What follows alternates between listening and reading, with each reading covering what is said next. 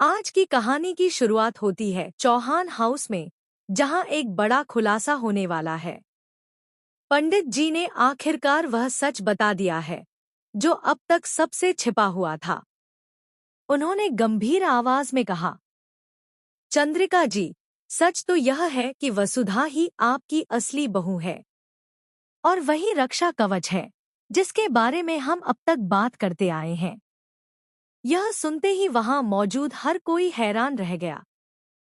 चंद्रिका की आंखें फटी की फटी रह गईं। उसे यकीन ही नहीं हुआ कि जिसकी मौजूदगी को वह अब तक एक आम लड़की समझती थी, वही उसकी बहू निकली। और सबसे बड़ा झटका तब लगा जब पंडित जी ने यह भी बताया कि वसुधा और देव की शादी पहले ही हो चुकी है। कमरे में सन्नाटा छा गया। हवा तक थम गई। चंद्रिका के चेहरे पर गुस्सा, दर्द और हैरानी एक साथ नजर आने लगे।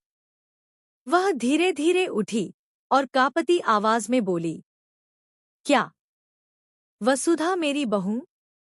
और देव, उसने मुझसे यह सब कैसे छुपाया? वहीं वसुधा चुपचाप खड़ी रही। उसकी आंखों में डर और बेपसी थी। उसके नए लुक ने सभी को पहले ही चौंका दिया था। अब उस पर यह खुलासा सबके होश उड़ा देने वाला था। पूरा घर जैसे किसी तूफान की तैयारी में था। देव ने भी सिर झुका लिया था। उसे पता था, सच छिपाने की सजा अब बहुत भारी पड़ेगी।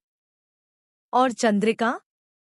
उसके मन में सवालों का सैलाब उमड़ पड़ा था।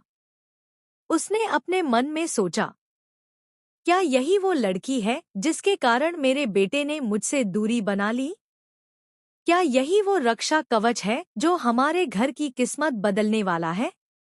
लेकिन कहानी यहीं खत्म नहीं होती। अब दूसरी तरफ हनुमंत का गुस्सा सातवें आसमान पर था।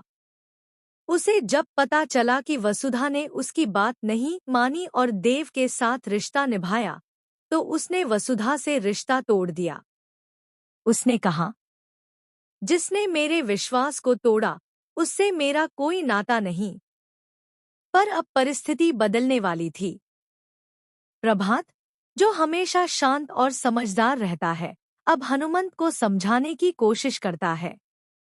वह कहता है, हनुमंत, कभी कभी सच देर से सामने आता है, लेकिन जब आता है तो इंसान की पहचान बदल देता है।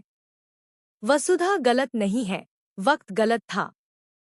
हनुमंत का चेहरा कठोर हो गया, लेकिन उसकी आंखों में कहीं न कहीं एक झलक थी, पछतावे की।